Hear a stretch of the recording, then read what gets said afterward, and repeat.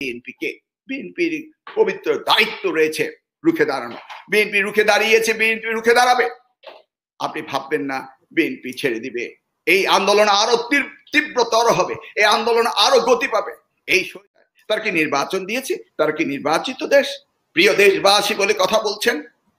আমার তো মনে হয় তাদের সকলের লজ্জা করা উচিত। টেলিভিশনের পর্দায় এসে বড় বড় কথা বলছেন, তথ্যমন্ত্রী বলছেন আধা ঘন্টার মধ্যে সব শেষ করে দিতে পারি। হ্যাঁ, ফখরুল ইমাম সাহেব তাদের এই শরিকদের একজন দল। কোনো একদিন ছিল এই শেখ হাসিনা, আজকের অনির্বাচিত প্রধানমন্ত্রী স্বৈর শাসক এরশাদকে স্বৈরাচার বলে ডাকতেন। আজকে তিনি আমের আচার হয়ে গেছেন, তাও চুকা আমের আচার না, মিষ্টি আচার হয়েছেন। তাদের এর আগে সুষ্ঠু নির্বাচনগুলোর আগে মাথায় পট্টি বেঁধে সকলেই না জনগণের কাছে গিয়ে বলতো অতীতে যা ভুল করেছি ক্ষমা করে দেন।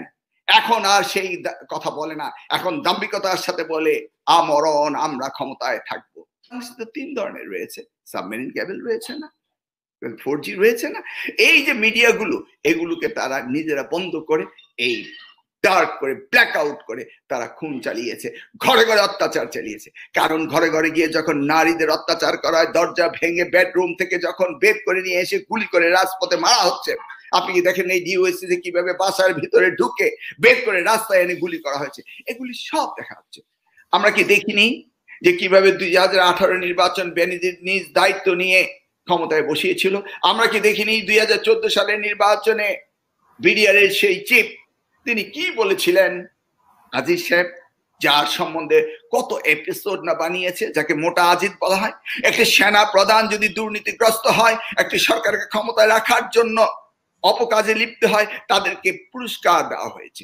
এইভাবে বেনজির আজিজকে পুরস্কার দিতে দিতে সেনাবাহিনী হতে শুরু করে পুলিশ সকলকে পুরস্কার দিয়ে কুক্ষিগত করে তারা আজকে বাংলাদেশের শাসনের ক্ষমতায় তারা থাকতে চায়। তার কি এই যে দাম্ভিকতা, তারা জোর করে ক্ষমতায় থাকার জন্য। সলিউশনটা কি?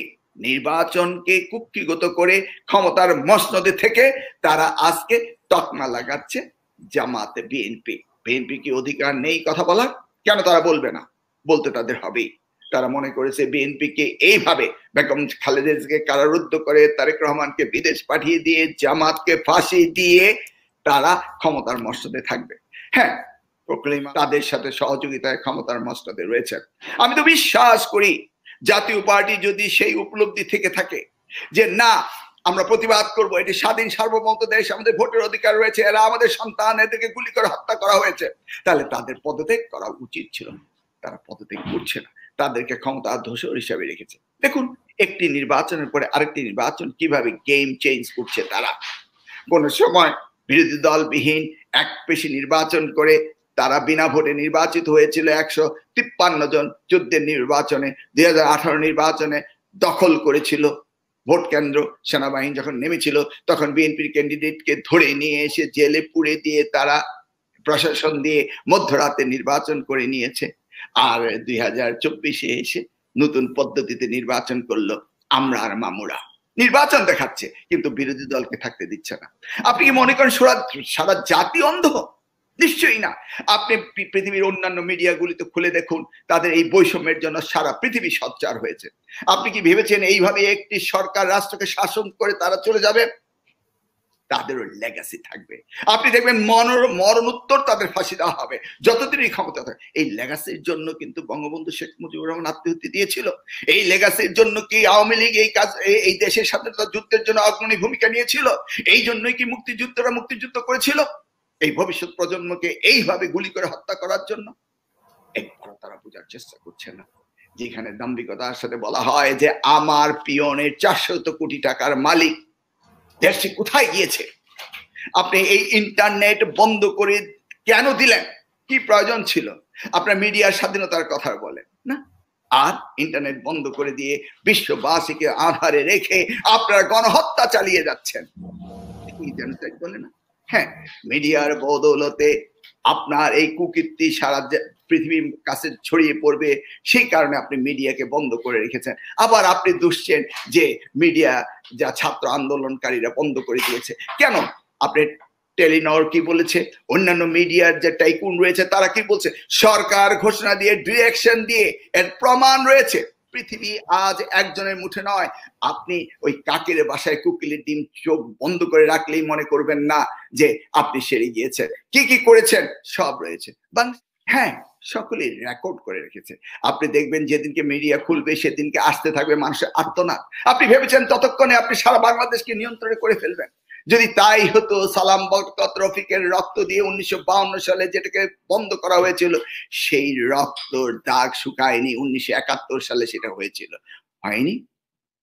আপনারা যে বিডিআর মিউটিনি করেছেন, 57 জন সেনা অফিসারকে মেরেছিলেন, পৃথিবীর ইতিহাসে এমন কোন ঘটনা আজ অবধি ঘটনা নেই। হেফাজতের উপরে বিদ্যুৎ বন্ধ করে কিভাবে গুলি করে তাদেরকে হত্যা করা হয়েছিল, আর এবার এই 17 জুলাই কিভাবে ন্যাক্কারজনক কাজ করে আপনারা এই গণহত্যা করেছেন, তার জন্য মানুষ প্রতিবাদ করবে না? আপনারা ভেবেছেন যে মিথ্যা কথা বললেই মানুষ মেনে নিবে? নিশ্চয়ই না। অপেক্ষা করুন। তাহলে আসল সমস্যাটা কোথায়? আসল সমস্যা হলো এই সরকার, এই দল জোরপূর্বক তারা ক্ষমতায় থাকতে চায়। তারা মনে করে দেশটি তাদের। এই দেশ যদি তাদের হয়, এটা প্রমাণ করার জন্য দোস্ত হবে জামাত এবং দোস্ত হবে বিএনপিকে। বিএনপির পবিত্র দায়িত্ব রয়েছে রুখে দাঁড়ানো। বিএনপি রুখে দাঁড়িয়েছে, বিএনপি রুখে দাঁড়াবে। আপনি ভাববেন না বিএনপি ছেড়ে দিবে। এই আন্দোলন আরো তীব্রতর হবে, এই আন্দোলন আরো গতি পাবে। এই শহীদের রক্তে আমরা সকলেই শপথ নিয়েছি যে আমরা আবার পুনরায় এদেশকে দ্বিতীয় মুক্তিযুদ্ধ করে এদেশকে স্বাধীন আমরা পূর্বই করতে হবে। আপনি দেখেছেন ছাত্রদের দাবি মেনে নিয়েছে। কেন এখন মেনে নিলেন? কেন তখন মানতে পারেননি? কেন এখন হাইকোর্ট সুপ্রিম কোর্টের উপলব্ধি হলো যে না, মুক্তিযোদ্ধার কোঠা কমিয়ে দিতে হবে? এই বিচারকরা কি আগে বিচারক ছিলেন না? দাবির মুখে কি বিচার পাল্টে যায়? দাবির মুখে কখনো বিচার পাল্টে যায় না, কারণ তারা জানে যে এটি হচ্ছে তাদের পরিকল্পিত দাবি।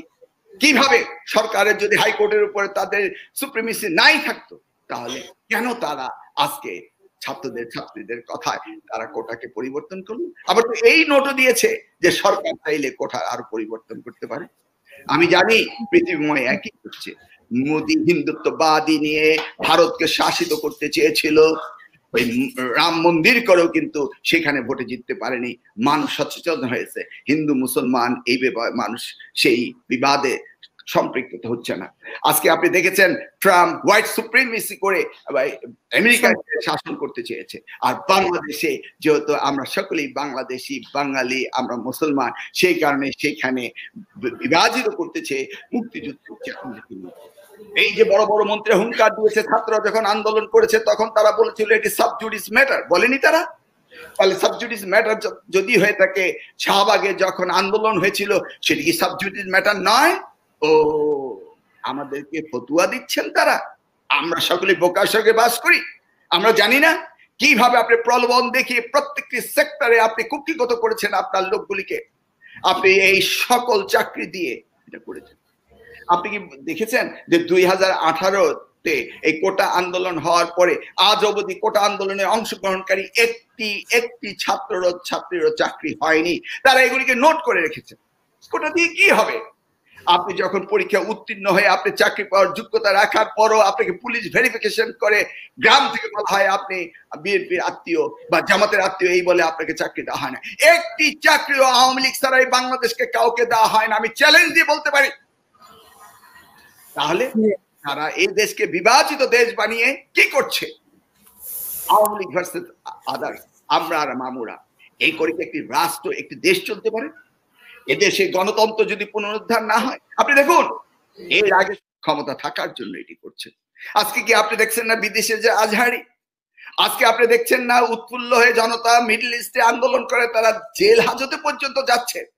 যে যেখানে আছে সেখানে বসে তারা স্যাক্রিফাইস করছে দেশ ও মাতৃকার জন্য।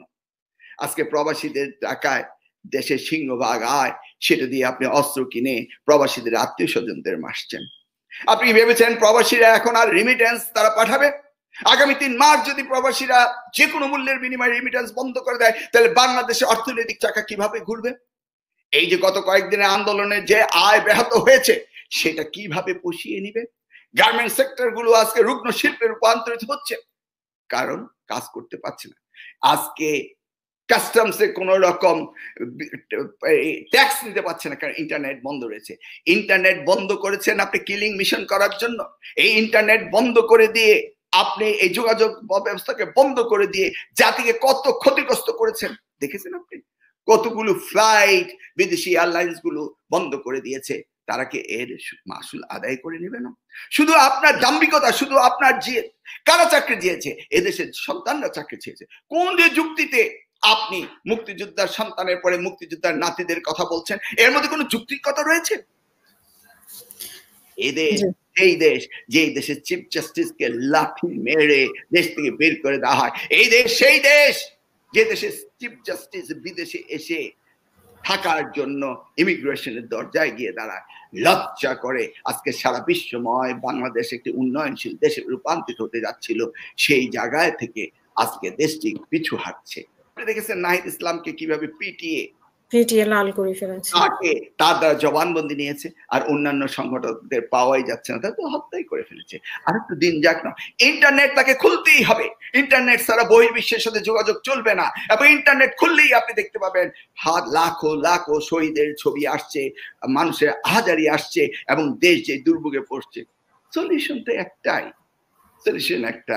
ওই পুড়িয়ে ছাই করে যে দেশের মসনদে আপনি বসে থাকতে চাচ্ছেন, পৃথিবীর ইতিহাসে কেউ থাকতে পারেনি। তবে বাংলাদেশ, বাংলাদেশিরা, বাঙালিরা তারা দমে থাকার নয়। আপনি তাদেরকে শাসন করতে পারবেন না, শোষণ করতে পারবেন না।